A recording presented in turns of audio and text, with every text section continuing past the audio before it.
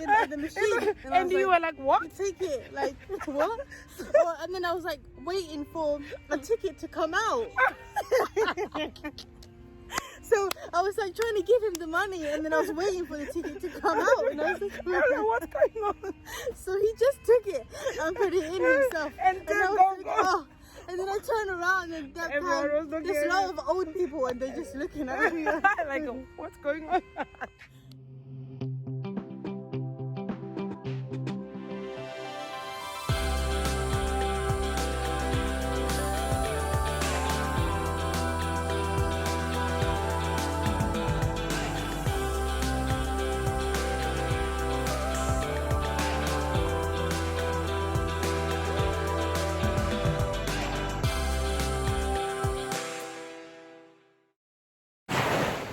Hey guys, welcome to my channel. Today we are at the beach. I am with the Kayla there and Anna. Good. It's her first time on my vlog, so yes, you're gonna see more of her on my vlog. Yeah. Am I? Yeah. How do you find it, Anna? Good. I wanted to get out of the house. Yes. And there's not many people, so I think it's nice. Yeah. Less people, and Quiet. nice day. Yeah, Perfect. and quiet. It's not that hot. It's okay. Yeah, it's okay. Though we didn't swim, just dipping our feet. It feels good. It's enough, I think. Yeah, it's enough. It's enough. At least we just chill out. We have 3 days off. So, yeah. By the way, so like you know, we are just chilling at the beach. Okay, yeah. We just finished our picnic. Now chilled out. It's getting... the sun is going down. Yeah. slowly. So yeah, we're just talking about our stay in China and in Weihai to be specific. Yeah. So Anna, how long have you been in Weihai? How long have you stayed in total in Weihai? In Weihai, just 3 years. 3 years. Yeah, 3 years in total. But Anna has been around for 5 years. Yeah. Yay! Long time. Last time my Nims and Sam were saying I have a PhD. I think you have a master's. Right. You have a master's because Sam is turning 3 years, so she is graduating. Yeah. Right. So you have a master's, I have a PhD. Proud to have one. Yeah. Actually, Weihai is a beautiful city, and I think there's no pressure. There's no much pressure in Weihai. Compared to, because I've lived in Shanghai and some other bigger cities, and you can feel straight away the pressure and the atmosphere. Of course, they are like major cities and they're central cities, but it's still a different lifestyle than here, where if work is important and it's always moving and it's just hectic. It's the same because I'm from London as well. Yeah, it's very crazy and it's always, it's a fast-paced city. Yeah, but Weihai is so much more chill. Just laid back. Yeah, just feel relaxed, and you can go about, do work and do whatever you want, but you always feel relaxed. Yeah, there's no rush. Yeah, there's no rush in Weihai. It's always good to be here. Like I've been to different cities in Weihai. I mean in China, right? But you find that I always compare it to Weihai. Yes, and whenever I'm traveling, I always miss Weihai. Yeah. Maybe there is a lot, like you said. For me, it wasn't my first city when I moved to China. Actually, it was my second and final one. Yeah, I first came, and when I first came here, I was studying in Tianjin. That's a city close to like 30 minutes by high-speed train. To Beijing. Yeah, like 30 minutes. And I was there for only 6 months. And I came here, I can say accidentally. It was an accident. My intention wasn't to come here. A good accident, right? Yeah, it is. And I'm always thankful for that friend for being here, because if it was not because of her, I never would have come here. Yeah, and also maybe never have met my husband, because I met him here as well. So it's like a home to me now. So I like it here. I love it here. Yeah, by the way, we also have something in common with Anna. Anna is married here. Her husband is Chinese, same as my husband. Yeah. So maybe sooner or later we may come with another vlog talking about how it is. Chinese yeah, wife how it is like being a Chinese wife or like being having married. a Chinese husband. Yeah. We may talk because it's rare. I think for women. Yeah. It's rare in the sense that there is a stereotype, or you do often see Western men with Chinese women. Yeah, and of course there are more of us, but they're not that much. Or they're not. There's no community. There is no community for us. Yeah. It's popular when it's a male married to a Chinese woman. Yeah, and in Weihai, I think it's just the two of us now. I think everyone else is. It's either the other way around. The other way around. Or their partner is another foreigner. Yeah. For married couples, it's just the two of us in the whole city, guys. In the whole city. So, yes, we will have another vlog for that because it's gonna be maybe a long one. We have a lot to say. We won't stop. Not bad, of course, the good ones. There are a lot of stereotypes about that. Yeah, so it's something that we will address in that specific maybe vlog. they can put some questions for us. Yeah. If you have any questions or you want, also do tag me or do follow me on Instagram so I can let you know when we will be doing this vlog, and you can put the questions that or the stereotypes that you may have or your concern that we will be answering in that specific video. Right? Okay. And about work, working in China as compared to, I don't know if you have worked in London before working in China. If you can compare the work life in China and work life in the UK, is it similar or different? How do you find it? It's very different. Here it's a lot more full on, I would say, and it's more. I think they take work a little bit more serious. Like work is a serious thing. I think for Western people it's unless just it's something a necessity. Really, it's just a necessity, but not everything. Yeah. Well, because I was working, I did retail a lot in London, and I hate it. You did like it. Retail is terrible. Don't ever go into retail. I was working in like H&M and Primark and those kind of like industries. Yeah. And it was just hectic. It was crazy. It was a time tiring. So you didn't quite enjoy it. But if you look at the work ethic in China, it's totally different as in my country, in Zimbabwe, right? It's totally different. You find that in my country, if you start work at 8 to 5 or 8 to 6, whatever time, when that time comes, everybody will just close their computers and just leave home to go home. But in China, you find that it's just the time that they will give you or tell you that we finish work at 6. But you still find that some colleagues will still be glued on their computers even though it's time up. That's true.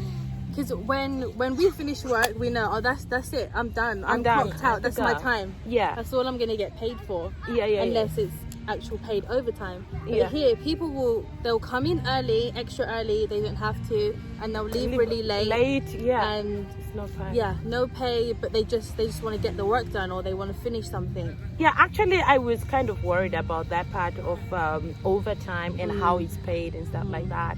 So I asked some of my students before, because I used to teach older students in web, and you know what they told me? They said there's nothing called overtime here because it's your work. You have to do it. It's your work. You have to do it, and nobody pays it. Pays you to do it extra. So it's up to you. If you do it slowly, you have to stay to do it until you finish it. So no one owes you. You are just paid what you are paid, what you agreed on a monthly basis. But staying in the office until midnight, it's your. I think for Chinese workers, their mentality is this is what comes with my job position. Like, if this is what I have to do, this is what my job says my role is, then it's totally different. But I noticed that most foreigners find it hard, and whenever it's our time to leave, we leave. We leave, and I've heard of some guys that said they are forced to stay because everyone is in the office. So they are forced to stay. They feel bad to leave. Yet they came in late. Yeah, so they feel so bad to leave early. So you find that they may also stay longer. And I'm like, no, for me, they just get used to me that, wow, when it's time, she leaves. Yeah. So from the beginning, I never had to copy that or to feel bad and overwork myself. No, I just do what I have to do. I think some of the Chinese, like especially in teaching, they just expect the foreigners to do more. For us to do the time that we are required to do, and then so we just do our hours, and once it's like 6 o'clock and we leave. We leave. Yeah, I think they just expect that, and then they even expect, yes, they have to come in early, and we just come in at the time that we're allocated to. Yeah. I think some of them expect that. Maybe others expect us to do the same as them. Yeah. Or others, they don't care. They just do what they're told. Yeah, I've seen that in some schools I've worked before. That it depends. It's a mix. Yeah, it depends. You get either or, really. Yeah, because what happens, of course, your employer will know that we agreed on this time, and your employer has no questions whatsoever. But the staff, like the Chinese staff, there is a school I worked before. Well, I won't mention it, right, on the camera. But the teachers there, I mean the Chinese staff, they pretty felt angry whenever they see the foreigners leaving. They felt so angry because to them they just thought, okay, we stay longer, we do this, why they have to go early. So we had to constantly remind them or tell them that we are on a contract. If we stay longer like you guys do, we have to be paid extra, as in overtime. So they didn't understand that. They didn't know that. So we said, our contract tells us to be here at 9 o'clock until 5 o'clock. That's it. When it's 5 o'clock, if I decide to stay, no one is gonna pay me. For us, we leave. That's why I think it is kind of our Western mentality, or how we work in our own home countries, where it's like, this is your time, you're working this 9 to 5 or whatever, and then you can leave. That's it. Unless you're doing overtime and you get paid for it. But I think in China, maybe most Asian countries, they're expected to just stay to do the overtime without pay, but to make sure their work is done efficiently. And let's look at the part of food, Anna. I know most people are worried, like, they always have questions like, you guys, what do you eat? What do you eat there? You may have people ask you these questions before. So what do you eat in China? So what do you eat, Anna, in China? I would say especially when I'm with my husband and his side of the family, it is very Chinese. So it's kind of like they'll have all the different dishes and you eat together. Share. And it's very like family orientated. Did you have that culture shock the first time when you came here and you see that everyone is eating from the same dish? But it wasn't a shock. It was because when in my family in England, we never really had a family meal time because everyone was so busy. So we'd all come in at different times, and we just eat whenever you come. So but I have family in the Philippines, so that kind of dynamic of eating together as a family, I kind of understood it a bit. But here it was definitely different. It kind of gave me a sense of, that Chinese people like are very family orientated. Like, it's important to eat together and share a meal. Yes. And also, I think it's also the perfect time whereby people can talk and discuss and eat together while it's sharing. It brings that sense of family. Of course, for me, the first time I came here, it was quite like shocking a little bit because back home for us, we don't eat in the same plate. We can share a meal, as in that we eat at the same time together, but we sit on the same table, but everybody has his or her own plate. Plate, yeah. Yeah. So we may have the main dishes or like, and then you serve yourself. In your own plate. Yeah, I think a lot of the other foreigners, especially when I first came here, we had a lot of roommates from everywhere, and they felt the same way. They felt like, oh, this is different. But yeah, you should have your own plate with whatever you want. It's the same like when you went to the restaurant the first time. Like, well, I want chicken, right? And you expect to get maybe portions in the same plate, but then when you order it, you get the whole dish. I remember my first experience. I had to, and I also didn't know about like whether it was possible for me to take the leftovers home. You know? So I was like, a lot. Yeah, that was a lot. And then they said, oh, you can take it home.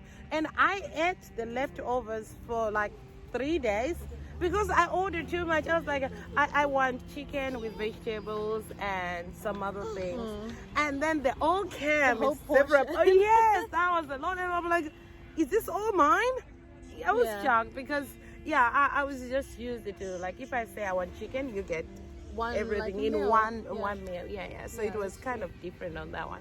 Okay, now talking on the taste, as in, did you just come here immediately fell in love with the food? It was like it took time for you to get used to the Chinese taste, stuff like that. I think certain things, yes. I would say yes overall, because I wasn't a very, like, British people, they love their Sunday dinners. Yes. So there was always a Sunday meal, and I was never a big fan of Sunday roast. And so when I came here, I did enjoy it, but some of the dishes I did find they were so oily and greasy, and that's the thing that I couldn't take. And soup. Yeah. But then I think over time, once I started to meet, I think at the beginning, because I was going out with other foreigners, or maybe foreigners who hadn't been here long enough, or they only showed me the places that they like to eat. All right. But then when I started to meet Chinese people, make Chinese friends, and then eventually, obviously, I had my husband and was being immersed in a Chinese family culture, I started to learn more about different kinds of food and how dishes are cooked differently. Different places in China have different dishes, blah blah blah. And then that's when I started to be like, oh, Chinese food is really nice. Awesome. Yeah. If you can compare, I'm sure you have had Chinese food back in England, right? Oh yeah. And Chinese food in China. Yes. So back home, when we eat Chinese food, I think it's nothing as compared to the real Chinese food in China. I think what it is, because I spoke to this about my husband as well, because he lived in America before for a long time, and he was like, what is this kind of thing? But he said that's more Hong Kong style Chinese food. All right. Which was brought over into like America and England. So it's more Hong Kong style. It's not the not real actual, you're mainland. right, because right now when I go back to Zimbabwe and I go to Chinese restaurants in Zimbabwe, to be honest, the food doesn't taste the Chinese at all. It doesn't. It's just the name. It's just the name outside that, oh, that's a Chinese restaurant, but the food isn't anywhere close to Chinese food. So when you really want to eat Chinese food, you have to come to China. That's where you can actually have the real Chinese food, not outside. It's totally different. Another thing I wanted to ask is about embarrassing moments. Have you ever had those embarrassing moments in China? I have a bunch of those ones. I think the first time I took the bus here, I had an embarrassing moment, because I didn't know, like, my school had told me which bus to take and the route to get to my school, and you had to pay. It was just 1 yuan for the bus, for the ride. But I didn't know, like, you know, especially in the Weihai buses, where they put the money in. Like you wouldn't, unless you saw someone do it first, you wouldn't know. You were like, what? So at that time I was like, oh, okay, I don't really know what to do, but I'll just follow whoever's in front of me. So obviously, knowing my luck, the bus came. No one was in front of me. You were that long. And I was the only one that got on the bus. And so the bus driver was looking at me, and I was like trying to give him. I thought it was like old school, like in England, you give the money to the bus driver and he gives you a ticket. Yeah. And he's like, he was pointing at the machine, and you were like, what? Ticket? Like what? And then I was like waiting for a ticket to come out. So I was like trying to give him the money, and then I was waiting for the ticket to come out, and I was like, what's going on? So he just took it and put it in himself, and I was like, oh. And then I turn around, and that time there's a lot of old people, and they're just looking at me like, what's going on? And I just wanted to get off the bus at that time. You embarrassed. Okay, wait for it. I went to a restaurant, right? Yeah. Like you know, when I came here, I came as a student the first time, so I was learning. And there was a time I used to, like, every time I go out, I used to take along my electronic dictionary, so it can be easy for me to translate on the phone. So that particular day I was thinking, after 6 months, I think my Chinese has gotten better. I think I can be able to order a meal by myself. So I took the guts, I went in a restaurant, and the waiter came to me and asked what I wanted to order, and unfortunately they didn't have pictures, like photos of the food, so you can see or point to make it easier. So she just read. I said, no, I don't understand reading, but I'll just tell you what I want to eat. So I wanted to say I want to eat mushrooms. You know, the word for mushroom is more like similar to ghost in Chinese, like mogu, right? That's mushroom. But mogui is a ghost. Yes. So I was quite sure I'm saying the right thing. So I said, 我要吃魔鬼.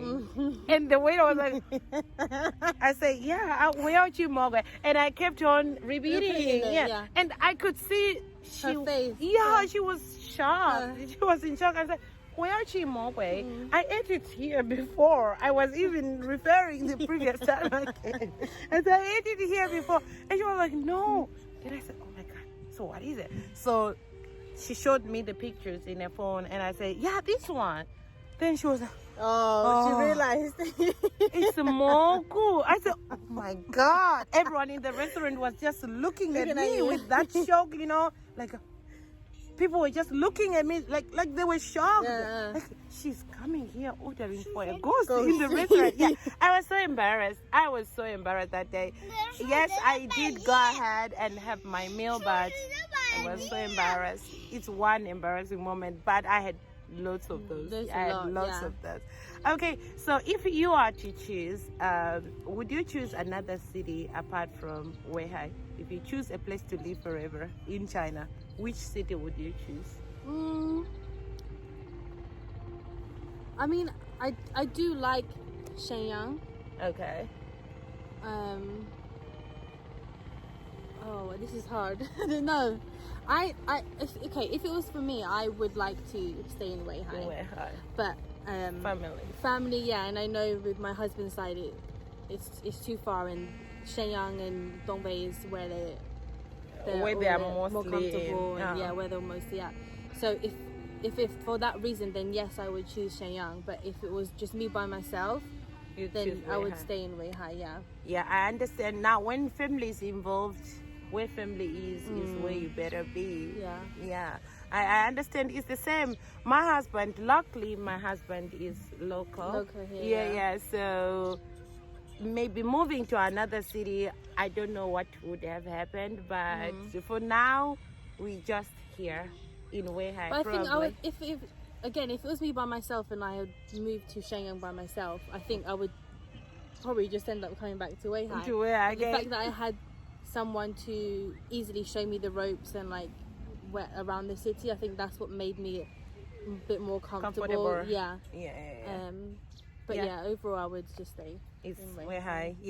It's quite nice. It is family orientated, a good place to raise kids. What else did I want to talk about? Okay, some stereotypes you had before moving to China. I know before you moved here, you may have done your research. No. And you didn't? No. So how did you come about? I knew a little bit from what my husband told me before. But so you met your husband in the US. Oh, in the US? Yes. All right. Yeah. So you had an idea before coming here? Not really. Just based on what he said? Kind of, yeah. Oh, okay. Some of it. But then I still had my own stereotypes come in here.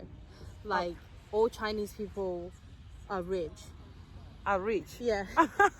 Because in London, every time you see the Chinese people, they're always in these big groups and they always go into the luxury shops in central London. Oh, yeah. So I always assumed at that time, all Chinese people must have a lot of money. But kind of, it could be, because you know what I have researched about this? It's like they do keep the money in the family, as in it's passed on from generation to generation. So you find most of the Chinese people who are rich, they inherit. Yeah, it's they all by inherit this. Yeah. But I'm not saying there aren't some that worked hard for their money. There are, but most of them is inherited. Yeah, it's inherited. That's true. Yeah, because they really keep, and you find that even the parents now, instead of thinking more of themselves, they think more of the future of their kids. Yeah. So you find in China, it's like when the child is born, the parents would try by every means to plan for the future of that child. So it makes it easier when the child gets older. Yes, they have a lot of things covered for them before they even get there. Yeah. So in China, most families are like that. Most families. Of course, there are some families that have to work hard. Work hard to have what they have. But most of them is passed on generation to generation. Yeah, I used to believe that too. And there's another thing, you find some, they are what they call the daigo in Chinese, I think. Like the people who go to other countries to shop for these luxury things and come back. They go buy on behalf of other people and they come back and they are paid. Yeah, or they just buy it to resell it here. Oh yeah, for reselling. In most cases, it's for reselling. It's for reselling. I didn't know that, and just being like a normal person in London. And we didn't know until you came here. All these Chinese people have money to spend. Yeah, until you came back, you came here, then you realize, some of them, they have Taobao shops, they have online stores on WeChat, and they do that. Actually, I know the girl who is into selling it's Louis Vuitton, Chanel products. I think Chanel products on her WeChat. She just sells this one, and I know she always travel to Europe to buy these things, and bring them here. And she's always like, you see, she'll tell that she's coming back, and she'll put a lot of things on her WeChat. If you ask her a week or two after, she'll tell you they're all gone. So there are people with money waiting for those so they things. probably put their order in, right? Order in, or they just see it when she posts it. Because what I notice is most of the women, especially the women, they don't care about how much it costs as long as they know it's genuine. It's real. True. Because it's another problem here too, of real and fake things. Have you ever been caught up in stuff like that? You see something? I've been, when my sisters come here with my mom, we've gone to the the markets. You know, where they sell all the fake stuff. Like some shops where you find the channel, these big brands. But they hide it. It's all secret, really secretive. Oh yeah, because those companies like these brands will sue them. Will sue them. But I remember I went before with my sister. She just wanted to see it because she saw it online. So I think it was in Shanghai, and so we went to this market, and then we was looking around, and then we asked. Obviously, they come and come and buy. They make you come and buy it. And then we was asking for these bags, and then she was like, "Oh, okay." And then she's like, wait here. And then we were like, what? What's going on? She called this guy, and then this guy came over, and he was like, okay, follow me. So we were like, oh my God. So it was like a secret. Yeah, and so he led us to another shop, and then within this shop there was this door, a secret door. And behind the secret door was all the designer stuff. Remember, it's Shanghai, right? And most of these real brands, they are also in Shanghai. Yeah. So they can't publicly sell them in public. Yeah. They are afraid of being sued for that. But there's a place like a city called Guangzhou. Have you heard of that? Yeah. They have loads of these big brands there. And to my surprise, have you ever noticed that you may get a real good quality fake brand? The ones that I've seen, it's really good quality. You wouldn't tell. You wouldn't tell unless you had the real one next to you. Or maybe if you are really observant, that you can compare. But sometimes you may not even see the difference. You may not even see the difference. I remember I bought this Michael Kors wallet. And I went into Michael Kors in Hong Kong. I tried to compare. There wasn't a difference. To tell you the truth, you couldn't pick. And even the because it was a different color, the shop assistant there, I said, I'm looking for something similar to this one, but not this color. I'm looking for red of this. And she was like, oh, where did you get this color? This color is really brilliant. She didn't even pick that mine. Yours was a fake one. Yeah, it was a fake brand because the quality is really good. Some of them they can get really good, like really good. Michael Kors, they've done really good. I think like and, Gucci now, Gucci. they've gotten better at faking Gucci as well. Louis Vuitton, I think there's still a little bit. I once, when I first came to China, I saw this grandma holding a Louis Vuitton bag, and I'm like, and then looking at her, I was like, this grandma is so rich. Is carrying this bag. That's when I got to learn that, oh, I see, there are fake things here. There are. So everybody can be holding a brand name and walking on the street. So you don't judge them with what they're holding. This vlog will be about how it is like being a Chinese wife or married to a Chinese man. Right, Cool. So I'll put this one in my Instagram. Do check out and put your questions, and then we'll be answering them in that video. So it's okay, bye for now. See you in the next vlog.